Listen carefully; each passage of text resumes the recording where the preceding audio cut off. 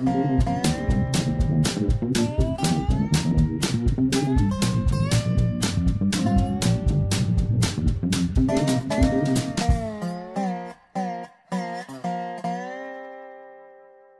is Dave Monk, your Prairie Monk, WEFT Champaign 90.1 on your FM dial, and wishing you a successful holiday. This broadcast will be one day after Christmas, so we will have enjoyed our meals and communication with people and avoiding the virus. I've been working for the last month to remove, to get out of a warehouse that we've had at Bonneville. It's a very big building, and it has several different people occupying it. We had to be out at fairly short notice. But I've been talking about these sorts of things. It has been a rather unique experience. I've been there for quite some time. We do discuss with non-profit agencies the concept of having a workshop and having a place where you can meet on rainy days and where you can do something like a master's degree and follow up our railroad beds. A rather unique situation with an office that is heated so we could archive photographs there. It's always a question, because if you're going to put in a warehouse or a workshop or a storage place, it costs money. And if you have a small budget, it can eat up half your budget. And do you want to do that, or do you want to spend the money on plants or other activities? In this case, we didn't have any alternatives. We just had to get out. We didn't have another warehouse to go to. So we're putting our materials and in a locker on Philo Road, which is a very big U-Haul organization. And so we're storing what we will need in the future. We're in the process of going from a rather amorphous organization to something more specialized. And so the questions do arise as to whether, why do you have railroad beds when you need to be working with natural history? Well, the natural history for remnant prairie is on the railroad beds. So we really have to concentrate on the rail beds that we have. That means that we have to make sure that the adjacent farmers don't invade and take away the genetic material that they may need in the future, or medicine may need. The ecosystem that is a remnant has evolved over 10,000 years since glaciation, since the world warmed and glaciation moved north. It left moraines and outwash plains. And we work with those situations, and often it is more or less suggesting rather than doing the job ourselves. In the case between Rantoul and Paxton, we have 10 miles that is super wide because it has a main line, a retired interurban, a retired Route 45, and roadside. And that is an ideal place for remnants. The interurban is loaded with remnants. There's some weeds. There's multiple stakeholders who are interested in this area, including the Department of Transportation that stores its gravel on the old road. But this is basically Department of Transportation, Department of Natural Resources to be concerned with bicycle ways. And we haven't followed through, but we need to know who owns the interurban. It is being invaded to some extent by the deposition of gravels, but the interurban is the most rich place because it is a lightweight rail, and the prairie has remained there, and especially at the north end near Paxton. So there are many involvees. And the question is, do you spend money on trying to establish this, or do you go ahead and do small things like preserving the Pope Prairie that is at the south end? The debate gets to be between physical plant and who is involved. The Department of Transportation has already indicated its interest and has mown or removed many of the invasive species on the current Route 45 right-of-way and on the old Route 45 right-of-way. So there's some positives there. And when you're doing this sort of thing, you have to put together some sort of strategic action plan. A strategic action plan means that you're thinking about an overall issue, and it's not written in concrete. It allows you to think more broadly, to do some mild-mannered regional planning. You don't want to go ahead too fast, because if you go too fast, there will always be some naysayers, and humans are vulnerable to naysayers because two naysayers can destroy the positive aspects of what you want to do. So the persons that are doing the natural history at the Pope Prairie are gung-ho to do things at the Pope Prairie. But if we want to go further than that and join this north-south corridor to an east-west corridor that already exists, we have to spend some time administering the idea.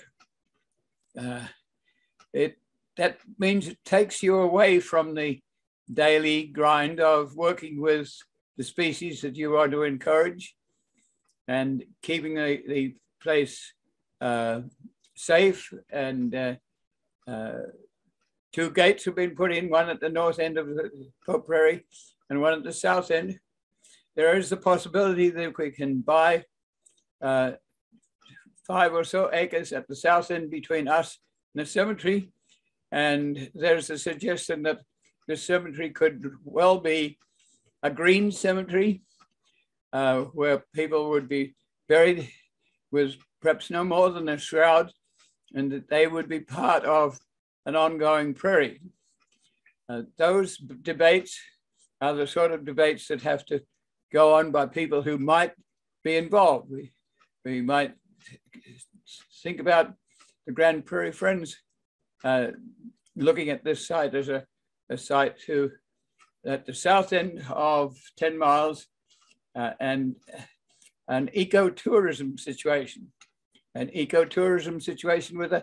with a green cemetery.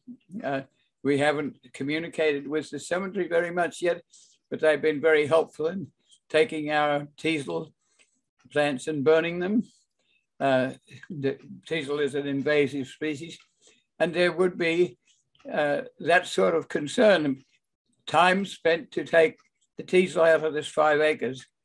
Do you use herbicide, or do you mechanically remove the teasel?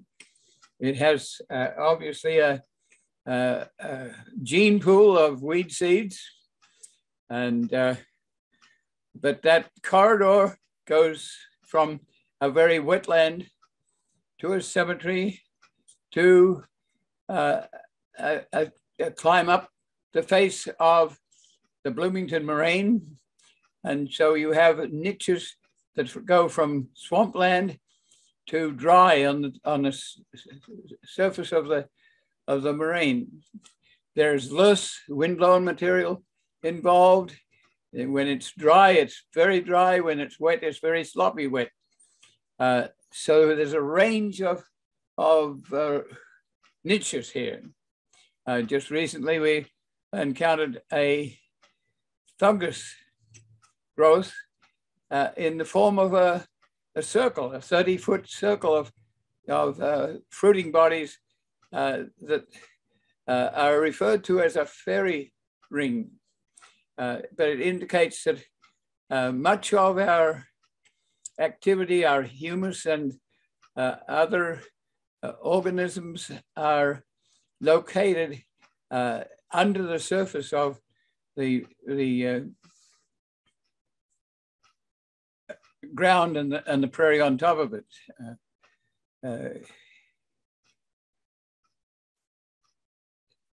We don't have much of this left. So we are lucky to have a retired borrow pit or gravel pit that probably about 70 or 80 years ago was retired. It was glacial till, which could be put to use on roadsides. And it was referred to as a borrow pit because if you have a side road and you finish using it, you can take the gravel back to where you brought it from. But that never happens. But the name, a borrow pit, continues. That borrow pit has been taking vegetation from the interurban and the old Route 45 and the main line. And so the people who work with that 9 acres well aware that the meadow voles and the birds and the bees have taken this material across in a very slow movement to recreate what a natural remnant prairie would be. Some of the area around the gravel pit was never touched anyway, so there is remnant. And the interurban went through in a linear fashion, and on either side there is native vegetation that is remnant.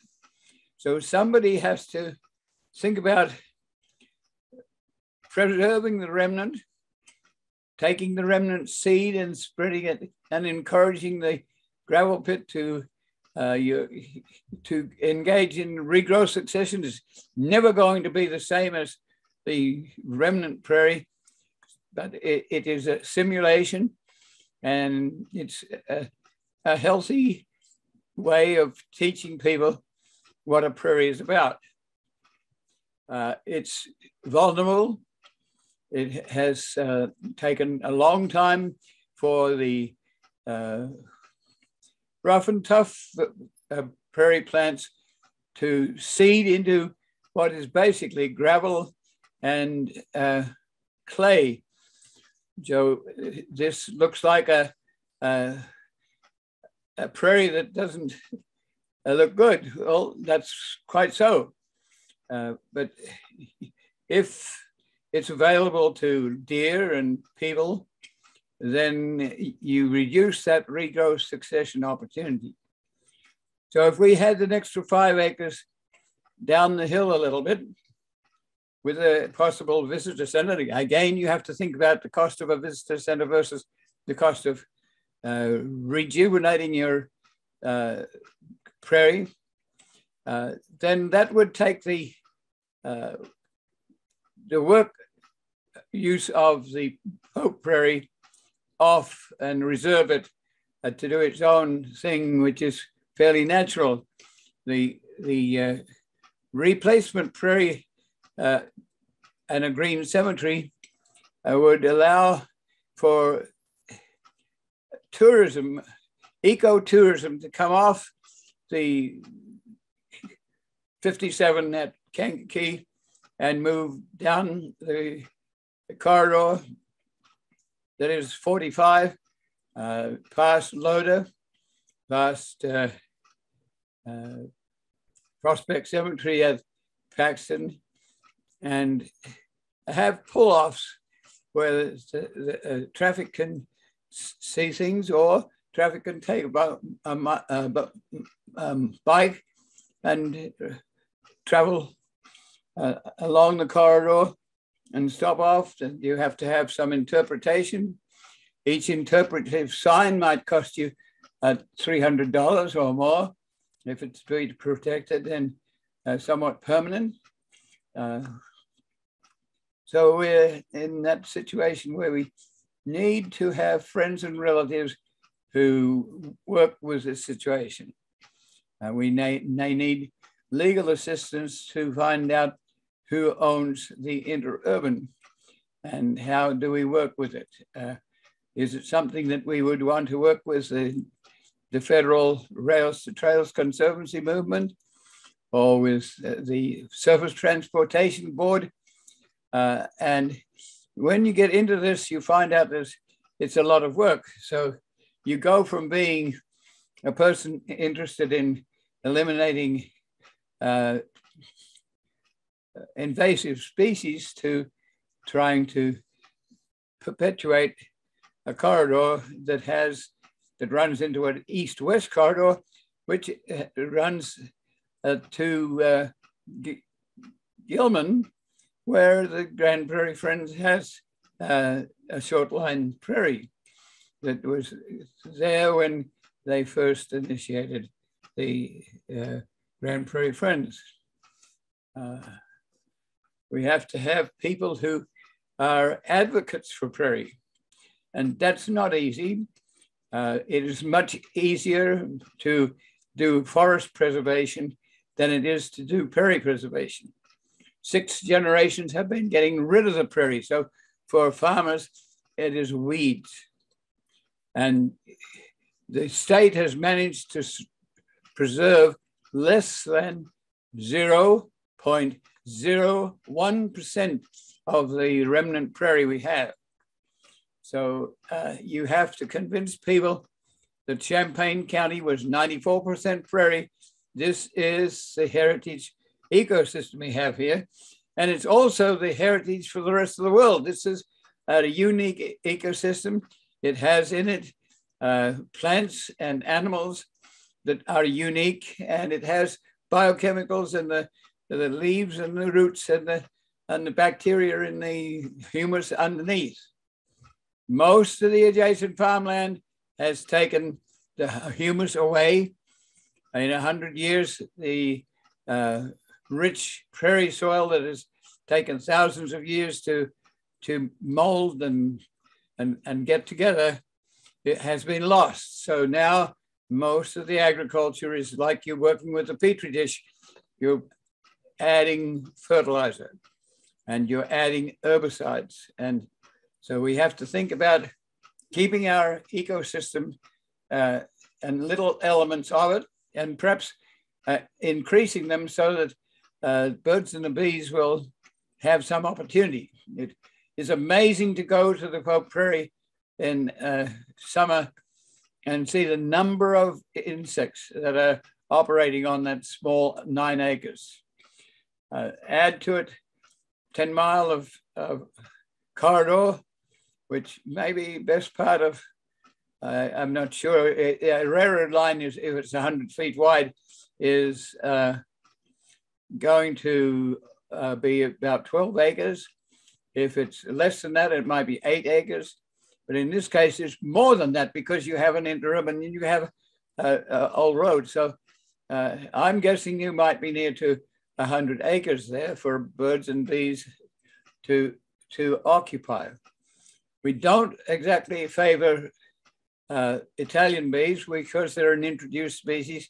We do favor bumblebees, which occupy the prairie. And we favor prairie cicadas and other creatures that are unique to this ecosystem.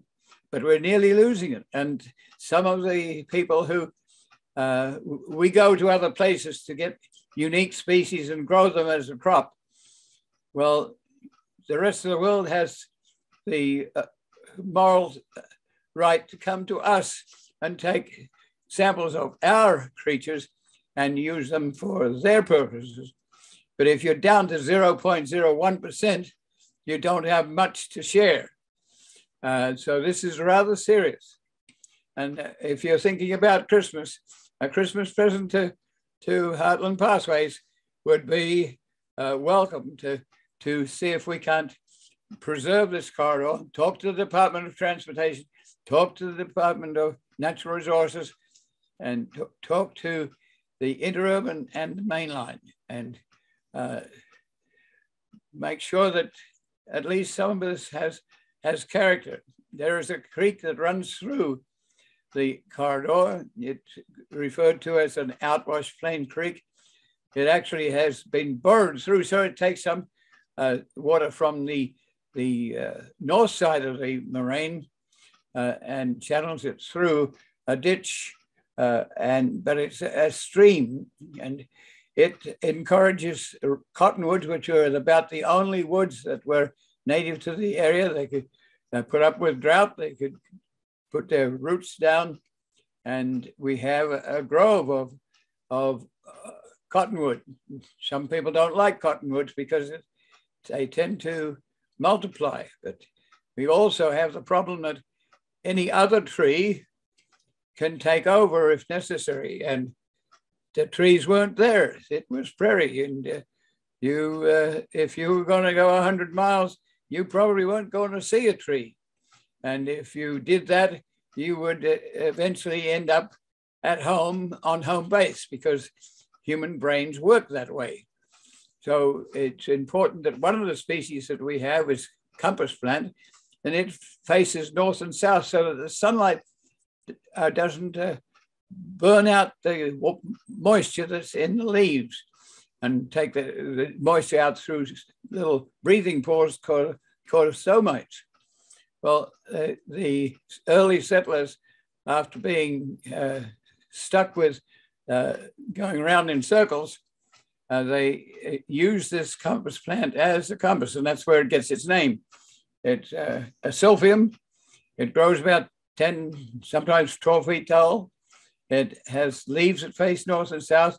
It has leaves that are invaginated, so that some of the breathing pores are eliminated and you don't lose as much water in a drought.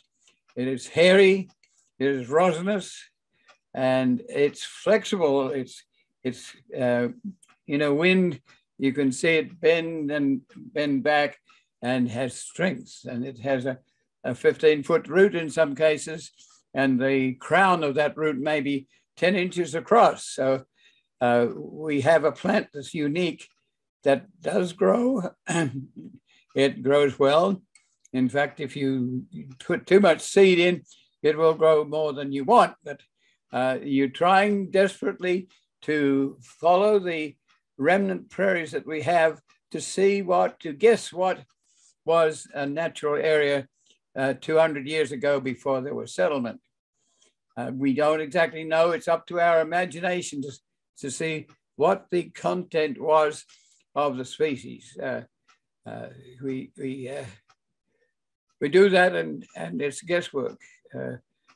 Some of our places are rough and tough and can take on regrowth succession planted in. Your borrow pit or gravel pit is in that situation. And it's been doing very well over 70 or 80 years. But this is part of our overall discussion of natural areas and not-for-profit involvement. It's getting to be that the coming generation is realizing how little they will have to share. Their great-grandparents had much more of this biology that we look at. So they're beginning to get more vociferous about it. And you see Gretchen speaking at an international level, saying that we were losing half of our species to overpopulation. And we need to be very careful about how many humans we have. If you're going to have too many humans, then there's going to be a J curve or something where the humans will die off and some will survive and come back. And there'll be some selection there. But it is dangerous to have the world covered by fringe of human people. You're much more appropriate to be looking at the humus that comes with a remnant prairie and look at the absolutely wonderful collection of fungus and bacteria and paramecians and rootlets that actually communicate with each other so that there are associations. So if you do have a plant that is prominent, it may be related to another plant which is called an association. It may be that the plant has a pollinator that is unique to a certain area. Rattlesnake master, for instance, can be very common because it has friends and relatives. But at other places, it's regarded as rare. And the reason why is that the associates are not there. So we need to teach about this. That means we need people who are willing to do that. And it's interesting that we have retirees. Retirees often tend to retire early in life because it's felt that young people come with new ideas and they don't have to be as paid as much as a retiree. So people leave their jobs that are fairly formal. If people do that and they have a formal career and all of a sudden they're lacking it. And it is axiomatic that some of those people die because they just have lost contact with their established world. Some of those people realize this and they walk into institutions and say, can I volunteer? And they become experts and they become wonderful. And that keeps their mind afloat and it keeps their health afloat.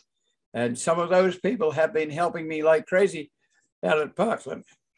Packer Preservation and Conservation Association has a bunch of people who have been out there salvaging and they pick up metals and wires and they recycle things. It's not easy. They have a packer downtown where they sell things that are obviously of interest, but they also have a packer west where they sort tools and save helpful things. I don't always sell a lot of things because we have a population of people who always wants new. We are in a situation where we need to do functional reuse. We need to have you go to Goodwill or other agencies and pick up a shirt that has been used very little. It might be a pair of pants. It might be shoes. Shoes and boots can cost you $60 and more. But in order to have a functional reuse organization, we have to have people who are prepared to put a screw in a table leg and to repair. So we have to have people who recognize that and who work with colleges like Parkland to establish courses that say that radio can be continued. It's not as as fancy as a modern radio that you could fit in your fingernail. It is an older radio, but it's still functional for people who don't have the capacity to buy or use a very modern piece of equipment.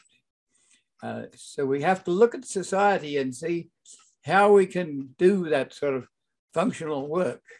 And that means that you have to have people at a university level that look at the framework of how we do this.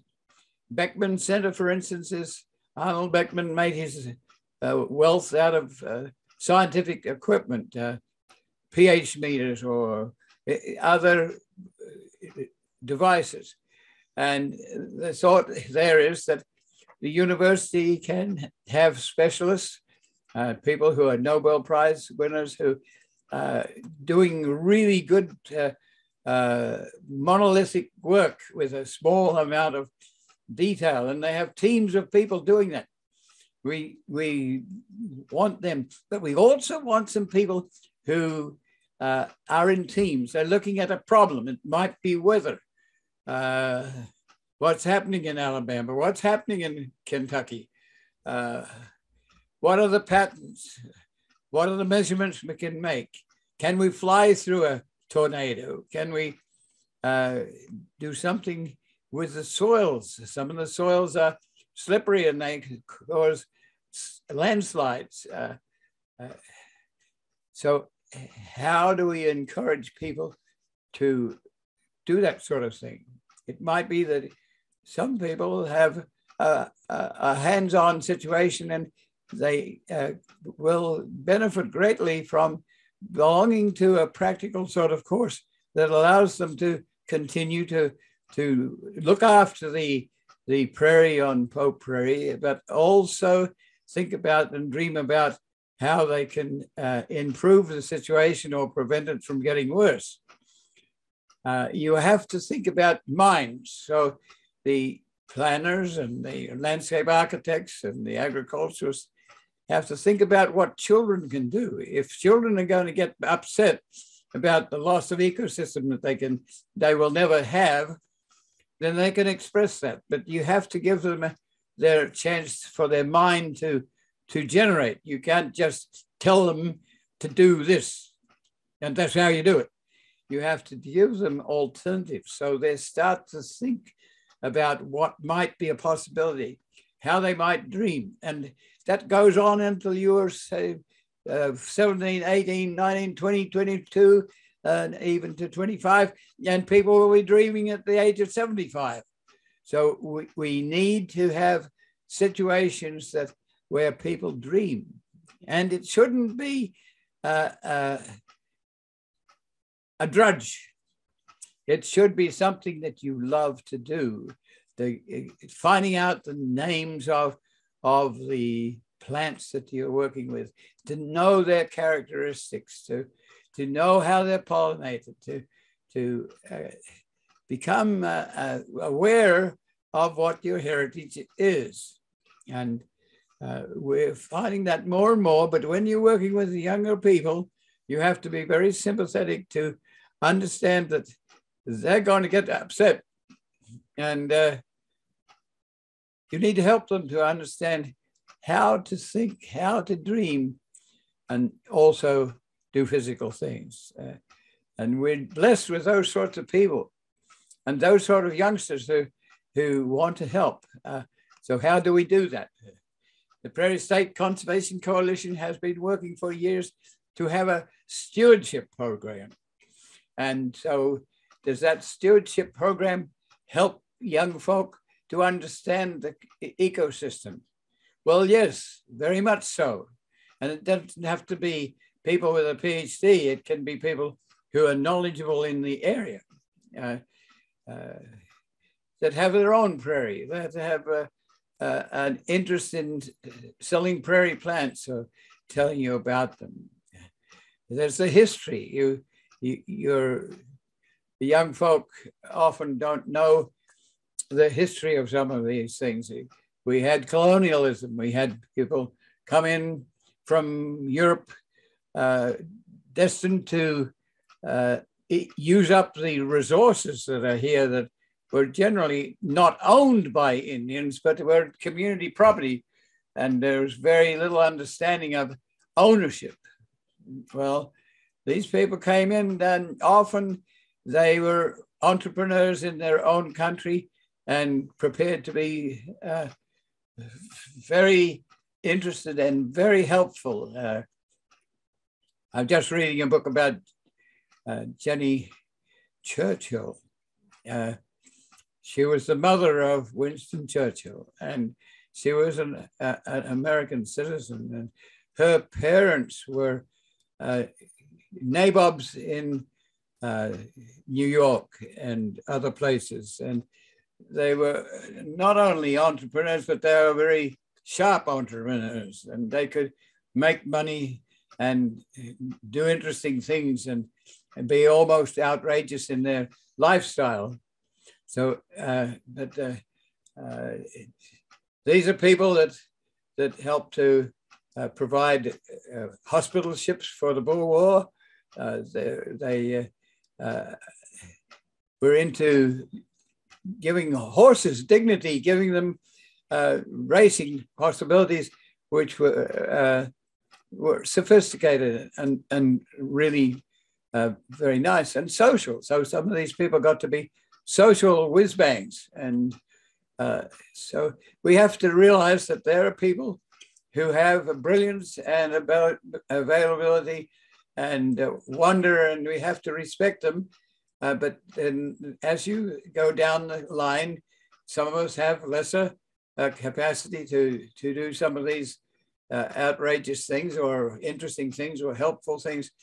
Then we too have to learn how to dream and how to inspire something like a Kickapoo Trail or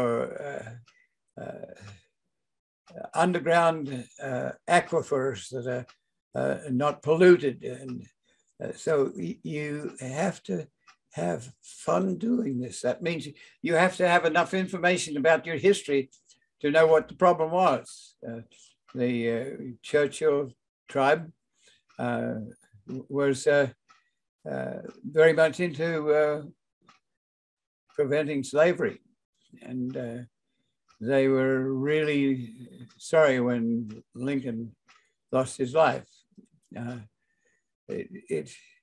And these people become leaders, and you can become a leader too. Sometimes you're frightened to become a leader because you might be making a mistake, but often leadership allows other people to tie on to what you're doing and be able to create a new setting that might be better than what was before.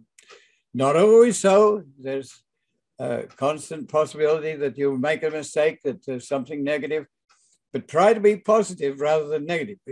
Each person that you're dealing with has a positive career, but every once in a while they have a negative. And so you have to hug that person and probably not in a virus situation, but you have to appreciate that person and appreciate that person for what they do. It is positive and not dwell on the negative. The negative, human beings are very attuned to taking the negative and using it. And so two people can destroy a project that might involve 500 people. So the 500 people have to realize that that's the way humans work. And it means that you need to be there as an advocate for the positive. So the Grand Prairie Friends, for instance, is an advocate for prairie, but they also are an advocate for forests, and they've had donations and purchased and had grants, and they are increasing the area in Coles County next to Charleston that gives an opportunity for creatures to move about. They're on the Ombra River, and there is ecology there, and there's the opportunity to teach people, and it's near Eastern Illinois University. So botanists can go out there and enjoy. And they are very glad to have acquired a shed that is a meeting place. It was there when they acquired some of their first land. And more recently, there's been a house and a barn, and that allows for teaching. It might be outdoors sometime. You take a person who is knowledgeable in the field and take a bunch of little chairs, and you go out there and you do artwork on the trees and realize how their limbs are put together and what is a character of a shagbark hickory plant, or how does it survive with prairie? If you have prairie, the prairie has roots, and if you're going to grow a little invasive tree, it's going to be starved for water because the prairie is able to do that. And so there's a balance between the ecosystem resources. If you burn the prairie, then the trees will not regenerate as well, and the prairie will invade. If you don't burn the prairie, the trees will invade because they have a chance to grow and put their roots down to moisture and nutrition.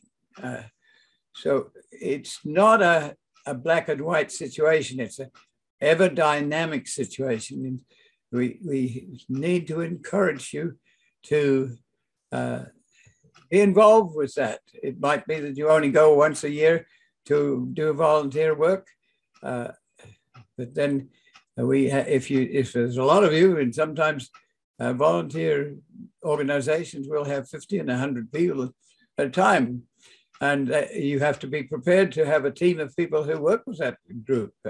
You have to have enough shovels or seed picking devices to make that a positive experience. So that means you have to have a store of equipment that looks like it's not being used all the time. So why are we doing that instead of working with the prairie itself or with the forest? Well, it's a little bit like the virus. You have to be prepared for it. So if it may happen in 10 years' time, you have to have a storage of antivirus gowns and gloves and beds to handle the situation. So storage is not a bad idea, but for some people it's a waste of money because that money could be spent on something here and now with 2 or 3 or 4 or 5 people who are really dedicated. You can change the nature of people. If sometimes you have a prairie near a development, and it is scary for the developers to feel that they have a prairie that has to be burned every once in a while. So they get very upset. But give them 15 years and some association with the prairie and some knowledge of the niches and the associations of the plants there and the soil types, and bless me, they become very attentive and excited about what you're doing. If you're going to create a green cemetery, it'll take those sorts of people to think about being buried without a casket, without a coffin, and without any hinges or anything that won't rot, and you'll be part of the prairie. So that for some people is an anathema. You should be able to come to a prairie and find out where your person is. Well, there's a notice on the side of the cemetery that says, this is Joe Woolley, who died in such and such, and he had so many children, and this is a history, and he worked at this, and we appreciate what he did and who he was, and the history is there. So it takes years to get that sort of idea across, so that people can have themselves buried in a prairie that will go on forever. The people who want to be cremated can be spread in that sort of prairie. But it is not as easy as that to go to the county board and say, I want a green prairie. You have to have a strategic action plan. You have to work with it, and you have to convince perhaps 20 or 30 people that this is something that is worthwhile and something that preserves our heritage. And you have to have some people who are prepared to be the first and second and third people buried in such a way, because this is unusual. And you have to have permits that make it sure that the leachate from your dead body is not going to leach into people's drinking water. And it's not a simple thing to do, but it's not the sort of thing you should shy away from doing. It means you have to have people who do the burying. You have to have people who do the growing of the prairie. And you probably have to have a chapel that would be there that can be used. And so we're thinking about these things, and we hope you will be sympathetic to Heartland Pathways. Heartland Pathways is a little unusual because what it does is it inspires other people to get involved. There probably would be no Kickapoo Trail if people from Heartland Pathways hadn't decided to go to the Federal Department of Transportation, which is the Surface Transportation Board, and ask for help to preserve that corridor from Danville to Urbana. And at the time, the people who were abandoning railroad beds were getting worried that they were taking too many railroad beds out. And if you're going to need a new railroad bed in 100 years' time, it's going to cost you a considerable amount of money, and it's going to involve a lot of opposition. So it's better to preserve what is. So once again, this is functional reuse. So the Department of the Rail Banking Act works with the Surface Transportation Board. They work with the railroad that's closing out, and they work with the people who are proposing the rail trail. And in this case, the Rail Banking Act provided $12 million for the upgrade of the ballast. After the rails are removed and the ties are removed, the ballast becomes a trail. So you're working with rails. You can re-rail in some cases. Trails, you can put trails down, and you have prairie on either side, because when these rails were installed, they were installed in a linear fashion. And if the corridor is, the right-of-way is 100 feet wide, you have an area of remnant prairie and remnant soil. And we want to see that.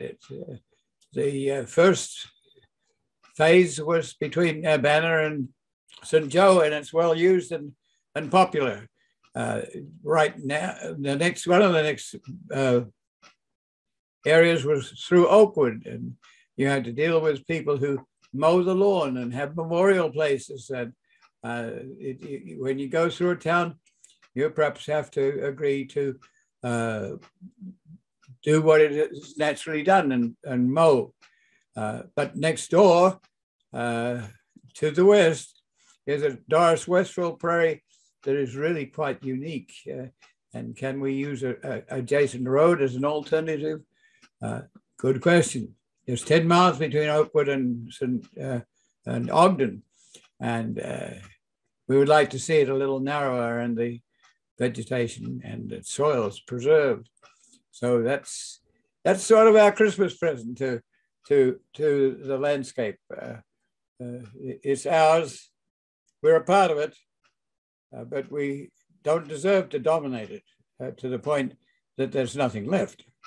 And regrowth succession prairies, okay, they help people to understand what a prairie is like, but they're nothing like a remnant prairie. And we need that railroad line. So that's where we come into conflict. And why are you running around preserving railroads when your mission should be preserving the native landscape? Well, it's that's where the original prairie is, and we need to save it and care for it and explain it to others. Heartland Pathways tries to encourage people to do that sort of thinking, and so Grand Prairie Friends was a subject of that, and they took off and have done very well without any other supervision or involvement. We don't exactly avoid them, but they have done very well and have over 1,000 acres of preservation now. And so we're looking at the peace between Rantoul and Paxton, and that again will be an idea. It will morph into the Department of Transportation, Natural Resources, and other agencies, and then we'll give over the idea to other people who do it. So that leaves us with Heartland Pathways, 33 miles in the Monticello area, and we dare not do that too quickly because there will be naysayers. So we're looking to gentle regional planning and the reuse of those corridors.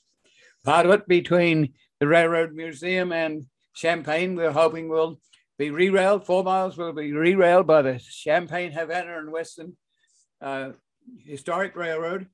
And then there's 7 miles between Seymour and Bonneville and Staley, which has just been abandoned. And we would like to keep the tracks intact.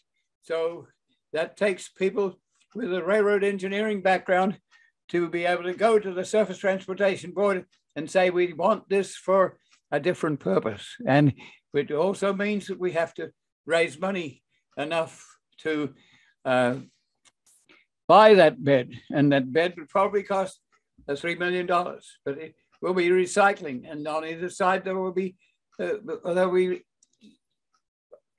soils that haven't been herbicided and chemicalized.